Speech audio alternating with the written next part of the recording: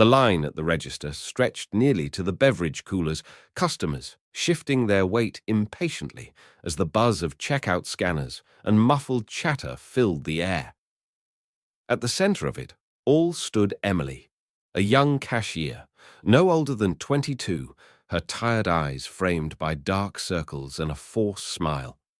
She moved quickly, fingers trembling slightly as she scanned items and bagged groceries with quiet determination. Then it happened. A man in his late 50s, graying temples and an expensive watch, slammed his hand against the counter. "You call this service?" He snapped, his voice slicing through the store like broken glass. "You're a joke. It's not rocket science. Just scan the damn items." The store went silent. All eyes turned to Emily, who flinched as if the words had struck her physically. Her breathing grew shallow and her hands faltered. "I'm sorry, sir. I'm going as fast as I can," she whispered. Barely audible Jonathan Blake stood 3 registers down, dressed in a plain blue uniform shirt, khakis, and a store-issued name tag that read, "Mark." His salt-and-pepper hair was tucked beneath a baseball cap, and reading glasses masked his sharp gaze. For the past 2 days, Jonathan, CEO of BlakeMart, had walked the aisles of this particular store undercover, posing as a temporary stock associate, to witness firsthand what was happening on the ground. Reports of rising complaints and low employee morale had become too frequent to ignore, but nothing he'd read in emails or heard in filtered briefings had prepared him for this moment. He watched as Emily struggled to hold back tears, her voice cracking as she repeated apologies to a man who clearly didn't care. Jonathan's jaw tightened, but he waited, observing how the leadership around her would respond. Alan, the store manager, finally appeared from behind the customer service counter, mid-40s, thick build, and a permanent frown etched into his face. Alan didn't look angry. He looked inconvenienced. He walked over slowly, arms crossed, his voice laced with irritation. "Let's just keep things moving," he muttered to the customer, then turned to Emily. "Seriously, Emily, get it together. You're holding up the line." That was it. No support, no concern, no effort to defuse the situation. Jonathan couldn't believe what he was hearing, a young employee being publicly humiliated, and the manager chose to scold her instead of standing up for her. He took a step forward, fighting to maintain the persona of an anonymous floor worker, but inside he was boiling. "Sir, that's enough," Jonathan said, calmly, standing beside the register. His tone was firm, not confrontational, but enough to draw the customer's attention. The man turned, clearly irritated. "And who the hell are you? Just another worker?" "Yes," Jonathan replied evenly, "but I'm not going to stand by and let you talk to her like that." The man scoffed, waving a dismissive hand. "Maybe if she did her job, she is doing her job." Jonathan interrupted, steel slipping into his voice. "And you're out of line." The air shifted. Customers watched in silence. Emily stared down at the scanner, frozen in place. For a long second, no one moved. Alan stepped closer, trying to take control, but his words only worsened things. "We don't need employees lecturing customers," he said, directing his comment toward Jonathan, but loud enough for the surrounding crowd to hear. "Let's all just focus on the job." His tone was not protective. It was reprimanding. Emily's hands moved mechanically as she resumed scanning her sleeve, brushing against her face to wipe away the tears. Jonathan forced himself to nod, staying in character, knowing that if he blew his cover now, he wouldn't get to the root of what was really broken here, but the damage had already been done, and so had the revelation. This wasn't just a bad moment, it was a symptom of a much deeper issue. As the line moved forward and the tension slowly dissipated, Jonathan stepped back, his mind racing. He had come here expecting to find minor gaps in operations, inefficiencies, maybe a weak link in the training chain. But what he found instead was rot at the very top. Alan's reaction wasn't just neglectful, it was harmful. He didn't just fail to protect his team, he actively undermined them. And Emily, a frontline worker giving everything she had, was being made the scapegoat. Jonathan watched as she reached for the receipt, her hands still shaking, and handed it to the customer with a faint "thank you" that carried more dignity than the man ever deserved. In that moment, Jonathan knew the truth. This store wasn't falling apart because of the workers, it was because they'd been left to fend for themselves. From that moment forward, Jonathan made a decision. He wasn't going to wait until the end of the week. He'd finish his shift, but he was done pretending. This store needed more than just oversight. It needed protection, reform, and leadership, and it needed it now. What he had witnessed wasn't a fluke, it was a culture problem, and as CEO of BlakeMart, he wasn't going to walk away without fixing it. As Jonathan returned to the stockroom after the tense incident at the register, he tried to ground himself in the role he was still meant to play. The name tag on his chest still read Mark, and his hands still bore the dust of unpacked boxes. But his mind raced with what he had just witnessed. The moment with Emily had peeled back the curtain, and now he couldn't unsee it. As he walked through the back aisle toward the dairy section, he noticed pallets of inventory sitting untouched, half unloaded. The store shelves weren't just messy, they were neglected. Carts of boxes cluttered the walkways, unclaimed for hours. Customers wandered the store, glancing around in frustration for anyone to help. But the few employees Jonathan did see were clearly running on empty. They moved quickly, but without rhythm, like gears grinding in a machine missing too many parts. By mid-afternoon, Jonathan had already counted at least 4 critical departments where only one staff member was present. He overheard a cashier whispering into a headset, asking if someone from produce could cover for a break that never seemed to come. A teenager in the frozen section nervously stocked shelves while answering customer questions he clearly hadn't been trained for. The deli counter was closed during lunch rush due to technical issues, but Jonathan found no such problem, only a note left by an employee who had walked out early from sheer exhaustion. The entire store felt like a balloon stretched too thin, waiting to burst. Still, no one stopped working. That was what struck Jonathan the most. Even in disarray, these employees weren't slacking, they were surviving. His thoughts kept circling back to Emily. After the confrontation at the register, she had quietly disappeared into the break room. Jonathan had seen her slip through the swinging door, head bowed. But an hour later he spotted her again, this time near the bottled water display, bending over to help an elderly customer lift a heavy case into her cart. "Thank you, sweetheart," the woman said with a warm pat on Emily's shoulder. Emily offered a faint smile and whispered something kind in return. Jonathan stood a few feet away, pretending to face stock cereal boxes, but really watching. This wasn't just professionalism. This was grace under pressure. Here was someone who had every reason to retreat, to shut down, and yet she showed up for someone else with compassion in her eyes. As the afternoon stretched into evening, the store only grew more chaotic. Lines at the front registers backed up again, snaking through the impulse aisles. Customers grew visibly irritated, shaking their heads or leaving full carts behind. Jonathan noticed a woman in produce juggling 2 requests and a crying baby in her cart. Another employee passed by and apologized with a rushed, "I'm sorry. We're really short today." That phrase, "we're really short today," repeated like a drumbeat throughout the store, but Jonathan knew better.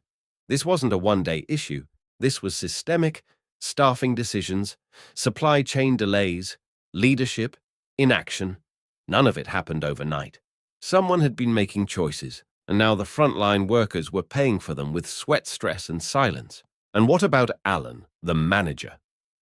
Jonathan spotted him near the office corridor, arms folded, observing the mounting tension with a flat expression. Not once did he offer help, lend a hand, or jump on a register. He stood like a bystander watching a train wreck. He believed wasn't his fault. Jonathan found himself gripping the edge of a shelf tighter than he realized. His instinct was to act to announce who he was, to call Alan out in front of everyone. But this wasn't about public spectacle. It was about understanding why things had decayed so far. He needed to see it all.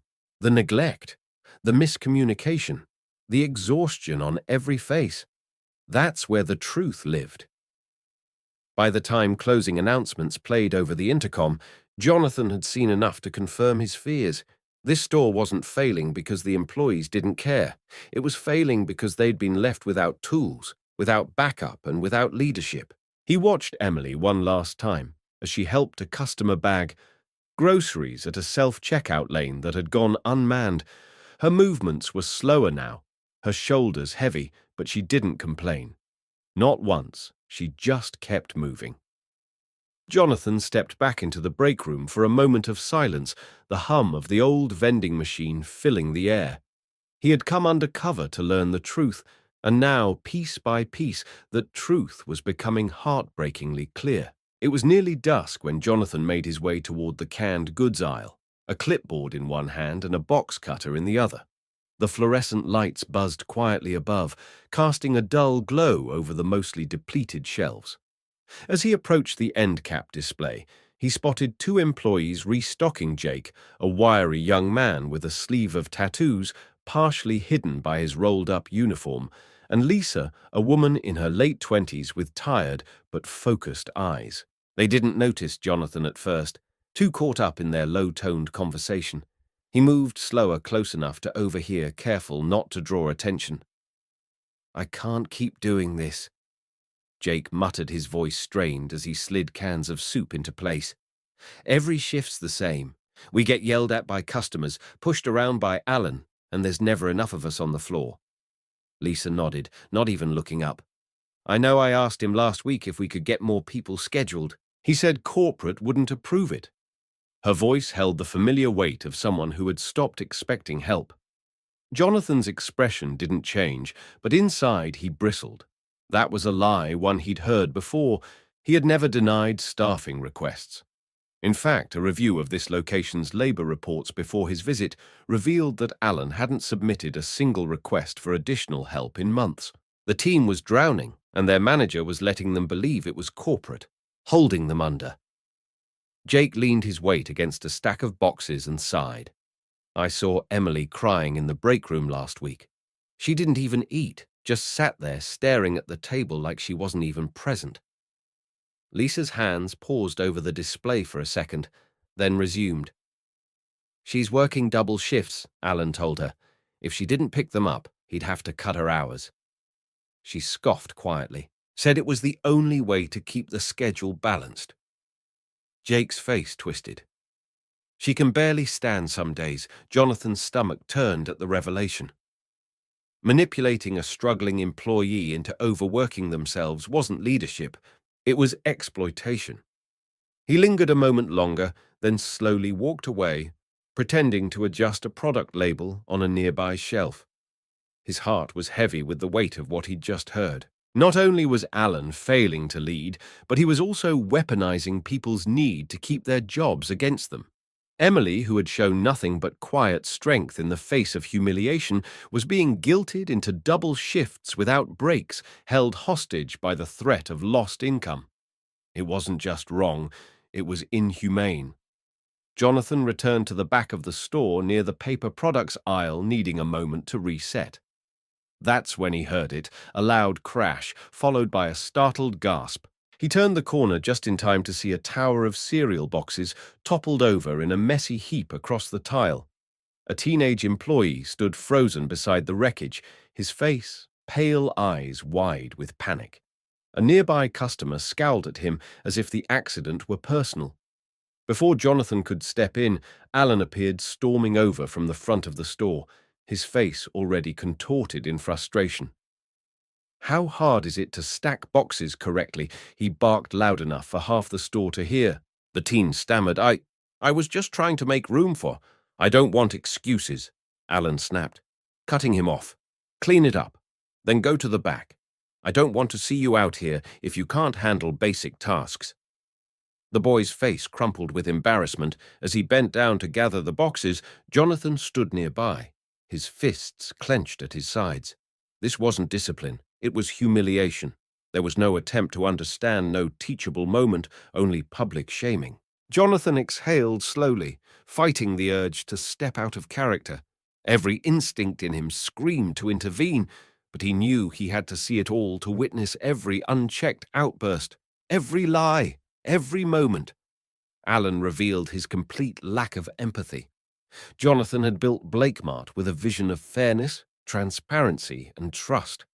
Watching a teenager get berated for a minor mistake while the manager refused to lift a finger, proved just how far this store had drifted from those values. It wasn't just bad behavior, it was a toxic system being quietly maintained by someone who had long stopped caring, and worse, he was convincing others that this was normal, that this was how things were supposed to be.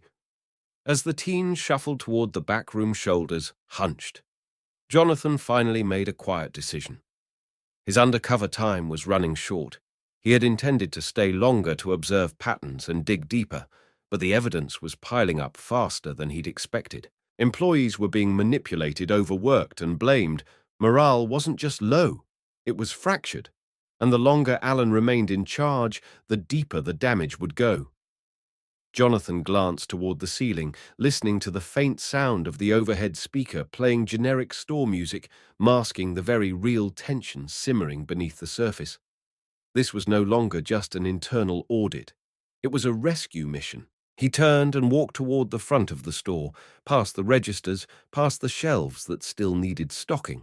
Emily was back at her station, scanning groceries with tired precision, offering quiet greetings to each customer. Without faltering, Jake and Lisa were in different aisles, now still working, still showing up despite it all, and the teenager, likely now hiding in the back, was probably wondering if he'd even return tomorrow. Jonathan felt the pressure of responsibility settle even heavier on his shoulders. This wasn't just about numbers or efficiency anymore, this was about people, real people, and they needed a leader who would show up not just in spreadsheets, but in the trenches with them. Alan had shown his true colors. Now it was Jonathan's turn. By the time the final customer exited through the sliding doors and the fluorescent lights dimmed to night mode, Jonathan knew the time for observation had passed. He had walked the store, listened to the staff, witnessed their exhaustion, and seen firsthand the damage inflicted by the one man meant to lead them. Alan wasn't just failing at his job, he was eroding the spirit of everyone who worked under him. Jonathan stood outside the manager's office for a moment, the door slightly ajar, the dull glow of a computer monitor casting shadows on the hallway floor. Inside, Alan sat reclined in his chair, scrolling on his phone, a half-empty energy drink by his elbow. No paperwork, no reports, no signs of oversight. Just a man who had grown too comfortable avoiding responsibility. Jonathan knocked once, then stepped inside without waiting for an answer. Alan didn't look up. "If you need something, leave a note." "I'm busy," he muttered, still thumbing through his screen. Jonathan didn't speak right away. Instead, he removed the baseball cap from his head and pulled the reading glasses from his face. Then deliberately, he placed them on the edge of the desk between them. Alan glanced up, irritated. Then his eyes narrowed, his posture stiffened. The silence between them expanded as recognition dawned across Alan's face. Jonathan leaned forward slightly, his voice steady. "No, Alan, you're not busy, but we need to talk." For a moment, Alan didn't move, then he forced a scoff. "Nice try. The owner doesn't show up in person." Jonathan tapped his phone and turned the screen around, revealing his corporate ID and full name. Alan's face lost all color. "I've been here for 2 days," Jonathan said, undercover, watching everything. Alan opened his mouth, then shut it. His voice, when it came, was shaky. I was just following protocol. Labor budgets are tight. You know how it is. I can't approve extra hours without corporate permission." Jonathan held his gaze, unflinching. "You never once requested additional staff. Not one email, not one form." I checked. Alan tried to recover. "I was trying to manage the budget. Stretch it smart. That's what we're supposed to do, right?" Jonathan's expression didn't soften. "No. We're supposed to take care of our people. Instead, you've been cutting hours, guilt-tripping employees into working double shifts and blaming corporate for your choices." Alan's hand twitched. "I had to keep the numbers clean. You know how this place runs. People slack off if you let them." Jonathan shook his head slowly. "You don't lead with fear. Alan, you lead with respect, and you've led this place into the ground." The room hung in thick silence as Alan's face hardened, switching from denial to defensiveness. They're lazy, Jonathan. That's the truth. They whine. They drag their feet. If I don't push them, nothing gets done.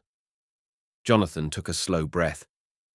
Then, you've been pushing the wrong way. Because what I saw were people trying to survive, working through exhaustion, covering for each other, picking up slack. You should have been managing. Alan stood up, voice low but simmering. So what now? You going to fire me? Jonathan didn't hesitate. Yes, the word dropped like stone. Alan blinked, caught between disbelief and fury. You can't just... I can. And I am. Jonathan picked up his phone and typed a short message. Your termination paperwork will be processed by HR tonight. You'll be escorted out before the next shift starts. Alan stood frozen for a moment, then scoffed, pushing past Jonathan and out the door with a muttered curse. Jonathan stood in the now empty office, his breath steadying. One problem was handled, but it was only the beginning. He stepped out and walked down the hallway toward the front end of the store, where the closing staff was finishing up mopping floors, facing products, and turning off register lights. They barely noticed him at first, too used to being invisible to management. He cleared his throat. Can I have your attention, please? Heads turned slowly. Emily paused mid-scan. Jake leaned on his cart. Lisa wiped her hands on her apron and stepped closer. Jonathan took a deep breath and spoke with calm clarity. My name is Jonathan Blake. I own this company. As of tonight, Alan is no longer your manager. For a moment, no one said a word. The air hung between disbelief and hope. Jake gave a low whistle. Lisa exchanged wide-eyed glances with another team member. Emily blinked in stunned silence. Jonathan continued. I came here to find out what was happening, and I found far more than I expected. You've been working under conditions no employee should endure, and I let that happen by trusting the wrong person. He looked around the group, meeting their eyes one by one, but that changes now. There were no cheers, no clapping, just the stillness of people who had been disappointed too many times before Jonathan welcomed the silence. He wasn't here to make promises. He was here to start repairing what had been broken. As the staff quietly resumed their closing duties, Jonathan lingered, helping where he could, restocking gum near the registers, assisting with trash runs, answering a few hushed questions. The employees watched him, not with fanfare, but with curiosity. Could this be real? Could someone at the top actually care? Jonathan knew the road ahead would be long. Trust wasn't earned in one night. But for the first time since stepping into this store, he didn't feel like a stranger in disguise. He felt like a leader again, one who had finally chosen to act. The fluorescent lights buzzed softly overhead as the final echoes of Alan's exit faded down the hallway. Jonathan remained in the office for a brief moment, steadying himself. The storm had passed, but what lay ahead was far more delicate. He walked out to the front of the store where a small group of employees remained, wiping down counters, restocking shelves, and counting out registers. The energy was heavy, not tense exactly, but weighed down by routine like a team running on autopilot. Jonathan moved to the center of the floor near the checkout lanes and cleared his throat, not loudly, just enough to draw attention. Heads turned slowly. Jake paused from bagging leftover produce. Lisa looked up from the returns cart, and Emily, who had just finished wiping down her station, stopped mid-step. My name is Jonathan Blake, he said calmly. No longer hiding behind a borrowed name tag or a disguise, I'm the founder and CEO of BlakeMart. Silence followed thick and disbelieving. Emily furrowed her brow, slightly unsure whether to react. Jake blinked, then let out a soft, disbelieving laugh. Wait! What? Jonathan gave a small nod. I've been here for the past 2 days, undercover. I've walked the aisles with you, unloaded pallets in the back, stocked shelves, and watched how things operate when no one thinks corporate is watching. And tonight, I made a decision. Alan has been terminated, effective immediately. That got their attention. Lisa stood straighter, her hands tightening around a clipboard. Emily's mouth parted slightly, still silent but visibly shaken. It was the kind of news they'd all dreamed of hearing, but never actually believed would happen.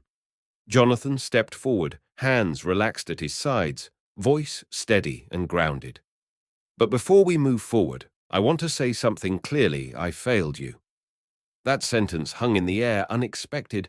I trusted the wrong people to lead this store. I believed the filtered reports and the performance metrics without seeing what was happening on the ground. That's on me. A quiet shift spread through the group. Skepticism remained, but the vulnerability in his voice pulled their attention tighter. I saw hard-working people being pushed to exhaustion. I heard about the double shifts, the guilt, the pressure to sacrifice your time and energy just to keep your hours. That ends now. Jonathan's eyes moved slowly across the group, locking briefly with each face. This store deserves better, and you deserve better. A few employees exchanged uncertain glances. Jonathan recognized the look. Not resistance, but caution. They had heard speeches before. Promises, resets. Most of them had led nowhere. I know what you're thinking, he continued. You've heard things like this before. Leaders come in, talk about change, and within a few weeks things go back to the way they were. That's why I'm not asking you to believe me tonight. I'm asking you to watch what happens next. His tone didn't rise. He didn't try to sell hope or inspire applause. He simply told the truth. Starting tomorrow, we'll have a temporary store manager, someone with experience, compassion, and a history of fixing what's broken. We're increasing staff immediately. No more forced overtime, no more guilt trips, and no more hiding behind excuses. Jake folded his arms across his chest. Lisa raised an eyebrow. Rachel, a night stalker who had just entered from the back, stopped to listen.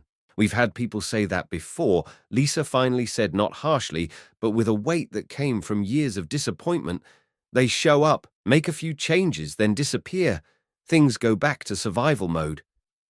Jonathan nodded. You're right to doubt me. You have every reason to, but that's exactly why I'm staying a little longer. I'm not walking away tomorrow. I'm going to work alongside you this week. I want to see where the breakdowns are, what's missing, and how we fix it, not from a desk, but from the floor. There was still no applause, no cheering, but something had shifted. Not hope, not yet, but attention, curiosity. Maybe even the tiniest thread of belief. Jonathan glanced at the clock. It was past closing, but no one had moved. The silence now wasn't born of defeat. It was the quiet of people absorbing something they hadn't expected to feel again, the beginning of change. This won't fix everything overnight, he admitted, and I won't pretend it will. But it starts now, not with a policy, not with a speech, but with the truth, and with all of you. He took a breath and looked around at the weary, but watching faces. We're not going back to what this place was. We're building something new, and you'll be a part of it, every step of the way. With that, he didn't ask for more time. He simply nodded, rolled up his sleeves, and walked toward the nearest shelf, because trust, he knew, wasn't built with words. It was built side by side in the trenches. The following morning, Jonathan arrived before the sun. The store's lot was still mostly empty, save for a few employees unlocking the side entrance and a delivery truck idling by the loading dock. Inside, the store smelled faintly of cleaning supplies and freshly stocked produce. Jonathan didn't head to the office. Instead, he walked straight to the break room. He wanted to be the first face the team saw that day. He stood by the coffee machine, sipping from a generic BlakeMart mug as employees trickled in, some rubbing the sleep from their eyes, others glancing warily in his direction, unsure whether to say anything. He greeted each by name, calmly and sincerely.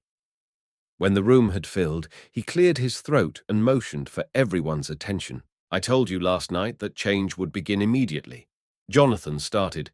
Today, I'd like you to meet someone who's here to help make that happen. The break room door opened again, and in walked a woman with a firm stride and clear eyes, Michelle Thompson. Early 40s, cropped hair, confident but not flashy. She wore the same uniform shirt as the rest of the team. This is Michelle.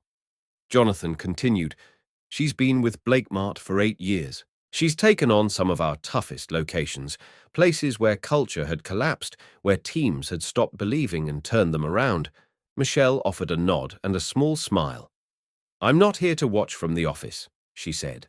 "Plainly, I'm here to listen, learn and help rebuild this store into the kind of place you deserve to work in." The employees listened, quiet but attentive. Jonathan stepped forward. "I know you've been working overtime sometimes, without proper documentation or breaks. That ends today. Anyone who worked unpaid hours, skipped breaks, or picked up extra shifts because of pressure will be fully compensated."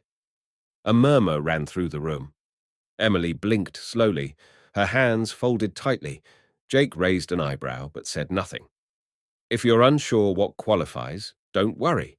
We're pulling the logs and cross-checking with your schedules. If something was missed, we'll find it and we'll fix it." Michelle nodded in agreement, already pulling out her notepad. No one here should lose time, energy or pay because someone above them chose shortcuts. Jonathan could feel the hesitation in the room, hope brushing up against disbelief. So he continued. "Starting next week, we're implementing structured onboarding and training for every new hire. No more sink or swim, no more being thrown onto the floor with no guidance. Veteran employees who choose to mentor will receive additional compensation, and training will include both technical skills and leadership development." Lisa, who had watched several new hires crash and burn in the past, tilted her head cautiously intrigued. "And this won't be a one-time rollout," Michelle added. "This will become part of our culture. It's how we start to heal." Jonathan saw a flicker in Emily's eyes, something like relief, though buried beneath fatigue. "And there's one more thing," Jonathan said. He reached into his folder and pulled out a printed flyer, handing copies to a few employees around the room. "We're establishing a direct anonymous reporting system. If something's wrong, if someone's being mistreated, ignored, or abused, you'll have a way to report it directly to corporate leadership. No more going through layers of management, no more wondering if your voice disappears into a void." Michelle stepped beside him. "These reports will go straight to Jonathan's leadership team. We'll review every single one, and if retaliation happens, there will be consequences." Real ones. Rachel, standing in the back near the vending machine, gave a small nod. About time, she muttered under her breath. Jonathan didn't smile at that. He didn't take it lightly. He simply replied, "I agree." He scanned the room. The atmosphere had shifted again. Not into celebration, but into something deeper. Attentiveness, engagement. For the first time since he arrived, it felt like the team was leaning in instead of pulling away. "We can't erase the past," Jonathan said, "but we can learn from it and build something better starting now. And that doesn't start with speeches. It starts with accountability, with honesty, and with all of you having the tools, support, and leadership you deserve." He took a breath and stepped back, letting Michelle begin speaking with employees one by one. The break room didn't erupt with applause, but there was motion, conversation. Openness. Change had arrived, not with noise, but with quiet resolve. By midweek, something had started to shift. It wasn't loud. It didn't arrive all at once. But it was there in the way people walked a little taller, spoke a little more freely, and looked each other in the eyes again. Michelle Thompson, the interim manager, had made it a point to speak with every employee one-on-one, not just to collect feedback, but to truly understand what each person had been carrying. She didn't speak like someone in charge. She spoke like someone who had stood where they stood. During morning prep, she joined the bakery team in slicing and boxing muffins. In the afternoon, she spent an hour in the receiving bay helping unload stock, all while quietly asking questions and listening without judgment. When someone raised a concern, she didn't write it down just for show. She responded in real time or followed up later that same day. It didn't take long for the team to notice. For months, their voices had felt like echoes in a vacuum, concerns going unheard, energy spent without return. Now, with Michelle present and attentive, they began to speak more openly. Jake talked about scheduling gaps and training holes. Lisa brought up customer service breakdowns and suggested layout improvements to reduce shopper confusion. Even quieter staff like Rachel from the night shift slowly began offering suggestions for organizing storage rooms and streamlining closing procedures. Michelle never brushed anything off. She made employees feel like stakeholders, not replaceable workers, but essential collaborators in rebuilding something better. Meanwhile, Jonathan didn't disappear into an office or retreat to corporate headquarters. He stayed on the floor, walking the same aisles he had observed in silence just days earlier. But now he did it openly, sleeves rolled up, stock lists in hand. He helped shelve new shipments of cereal organized displays in the snack section and even stepped behind the register during a midday rush when a cashier's break ran long. At first, customers did double takes. Wasn't that the same man from the announcement? Employees, too, watched him with curiosity. But when they saw him carry a 50-pound pallet of bottled water without hesitation, when he stepped in to cover an overflowed produce bin without prompting it, shifted their perspective. Respect. They realized didn't have to come from titles. It could be earned through presence. And slowly, they began to meet him. Halfway, Jake stopped calling him the boss and started referring to him as Jonathan. Lisa caught herself saying, "Thank you," when he jumped in on a last-minute inventory count. Rachel asked if he needed help when she saw him pushing a cart solo toward frozen goods. These weren't grand gestures. They were small but meaningful signs that the walls were coming down. For so long, leadership had meant distance control, silence. Now it meant proximity, humility, and action, and that made all the difference. The atmosphere of survival was giving way to something more collaborative, something that felt for the first time in a long while like a team. One afternoon, as Jonathan was restocking a shelf of canned vegetables, he felt someone stop beside him. It was Emily. She didn't say anything at first, just stood there with her arms crossed, eyes watching him work. After a beat, she spoke, her voice quieter than usual, but steady. "I just wanted to say, thank you." Jonathan paused and looked over, eyebrows raised slightly. "For what?" he asked gently. "For doing something," she replied. "Not just talking, not just writing it down, for actually changing things." Jonathan offered a small smile. "I should have done it sooner," he said honestly. Emily gave a short nod. "Maybe, but you're doing it now." With that, she turned and walked back toward her register. It wasn't much, but for Jonathan it meant everything. That simple moment stayed with him for the rest of the day, not because it was dramatic, but because it was real. For all the reports, audits, and leadership seminars he'd attended over the years, nothing had taught him more than watching these employees reclaim their sense of value, one small step at a time. The store wasn't fixed yet, far from it, but the heaviness that had filled the air just days earlier was beginning to lift. People were moving not just out of duty, but with a flicker of belief that maybe things really could get better, that maybe they mattered again. And for Jonathan, that was the clearest sign of all that the true rebuilding had begun. Jonathan had originally planned to visit the store for just 3 days, just enough time, he thought, to observe, take notes, and intervene if necessary. But as he walked the aisles at the end of day 3, watching employees engage more openly and seeing the culture begin to shift ever so slightly, he knew that leaving now would undo everything they had just begun. So he stayed, not as a CEO, dropping in for a quick fix, but as someone committed to standing in the fire long enough to see it extinguished. Each morning, he showed up before the doors opened. Each night, he stayed late, quietly observing how the team closed down, where friction still lived, and what systems needed realignment. This wasn't damage control anymore. This was leadership built through presence, patience, and proximity.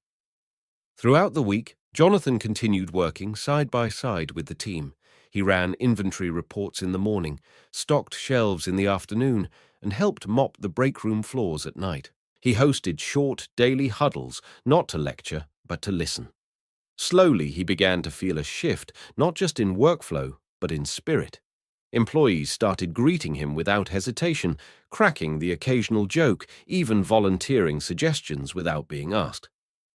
Still, not everyone was ready to trust. Jonathan saw it in the subtle glances exchanged during meetings, in the cautious way some employees phrased their feedback as if still expecting their words to be held against them.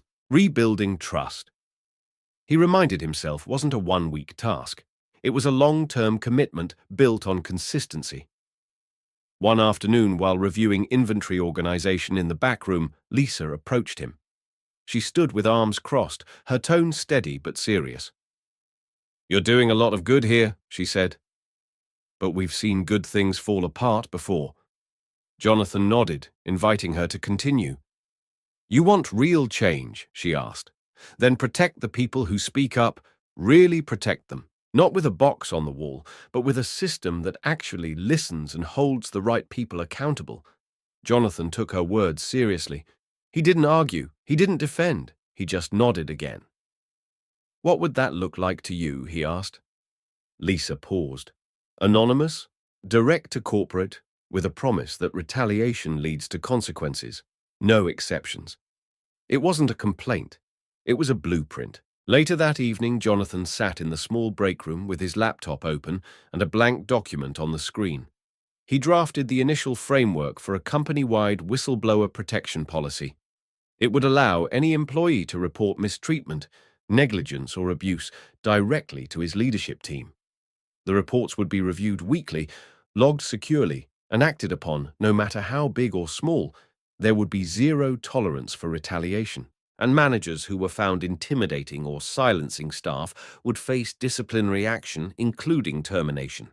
This wasn't just a promise. It would be codified, trained, and reinforced. It would become part of the DNA of how BlakeMart operated moving forward, because trust once broken didn't return without structure. It needed a foundation built on courage, clarity, and consequence. By Friday, Jonathan began to notice something unexpected. Employees were no longer just surviving the day. They were taking initiative. A few team members had rearranged the seasonal aisle to better reflect the week's promotions. Others created a shared checklist for shift changes that cut prep time by a third. Rachel, who had barely spoken during Jonathan's first visit, was now coaching a new hire through the produce system with quiet confidence. Even Emily, still quiet but more at ease, had offered to take on the weekend shift so another teammate could attend a family event. These weren't dramatic revolutions. They were the quiet, foundational movements of a team beginning to believe again, and Jonathan knew with every fiber of his being that they were worth protecting. On his 7th day, as closing time approached, Jonathan stood near the front of the store, quietly observing the team at work. Michelle was helping with last-minute customer service requests. Jake was pulling carts in from the lot, and Lisa was showing a trainee how to balance closing reports. The store still had challenges. There were still inventory delays, budget constraints, and shifts to fill, but the tone had changed. The air felt lighter. The work felt shared. Jonathan wasn't here for applause, and he certainly wasn't done, but as he watched the team finish another long day, not broken but rebuilding, he felt something rare alignment, the kind that comes when words are matched by action, when leadership is no longer about being seen but about truly seeing. And from this point forward, that's exactly what he intended to keep doing. Jonathan sat alone in the small break room one evening, the clatter of the closing shift echoing faintly in the distance. The room was quiet, lit only by the soft glow of the vending machine and his laptop screen. On the table in front of him lay a stack of notes, employee comments, ideas scribbled during huddles, and fragments of conversations that had stayed with him. He opened a blank document and began typing BlakeMart Whistleblower Protection Policy. The title wasn't flashy, but what it represented was monumental. This would be more than a box on a wall or a form that disappeared into silence.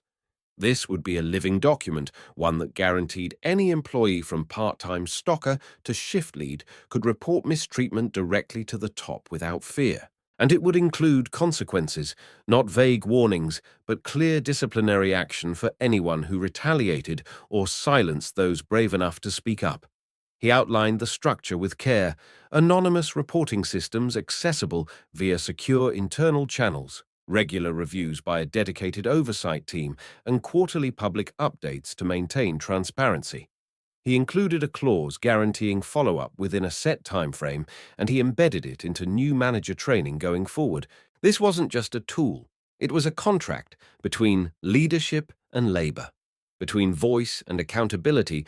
Jonathan had spent most of his career believing that good intentions and solid systems were enough, But after what he'd seen, after witnessing people like Emily and Lisa carry the weight of a broken culture, he understood that leadership wasn't about policy. It was about presence, and it was time the entire company felt that presence again. On his final morning at the store, Jonathan arrived before opening hours as usual, but this time with a different rhythm in his step. He wasn't here to observe anymore, he was here to witness. As the doors opened and the early shift clocked in, he walked the aisles like he always had clipboard in hand, but now he didn't have to pretend. He stopped near the dairy section, where Jake was organizing a shipment of milk crates with practiced ease. "Looking sharp," Jonathan said with a smile. Jake grinned, wiping his hands on his apron. "We got a system now. Helps when we're not scrambling every 5 minutes." Over in produce, Lisa was working with a new trainee, her tone calm but firm. She caught Jonathan's glance and gave a brief nod.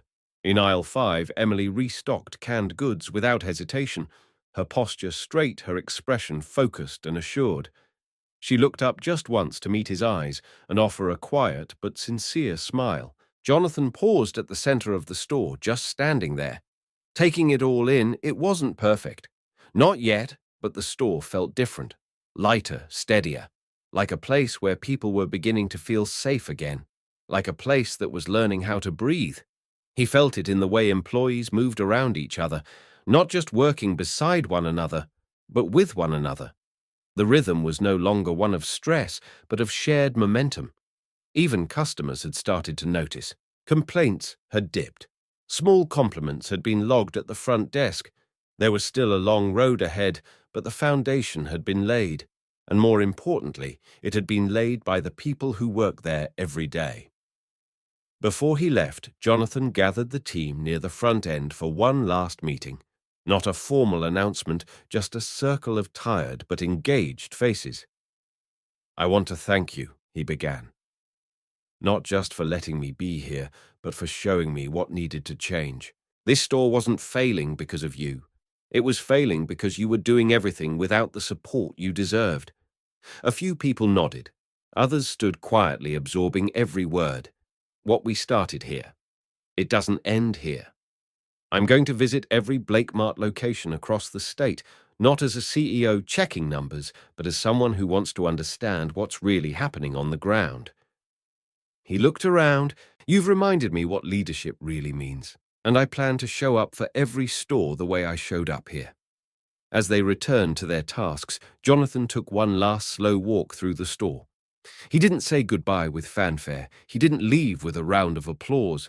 Instead, he simply rolled up his sleeves and helped Michelle straighten the front displays. One last quiet act of solidarity. Then he stepped outside, took a long breath, and looked up at the BlakeMart sign glowing against the early morning sky. It was the same store, same walls, same shelves. But inside, it was something new, something reclaimed. This wasn't just a course correction. This was the start of a new era. One where leadership wasn't distant. One where policies came with promises, and one where every voice, no matter how small, could finally be heard. Deep inside HQ, we believe that real leadership isn't just about making decisions from behind a desk. It's about standing with those who make everything possible. If this story moved you, inspired you, or reminded you of the power of compassion in the workplace, don't keep it to yourself. Hit the like button, share this video with someone who needs to hear it, and subscribe to join our growing community of changemakers. We bring you real stories of courage, empathy, and accountability, because sometimes the biggest transformations begin with someone who dares to listen. Your voice matters here. Be part of the change.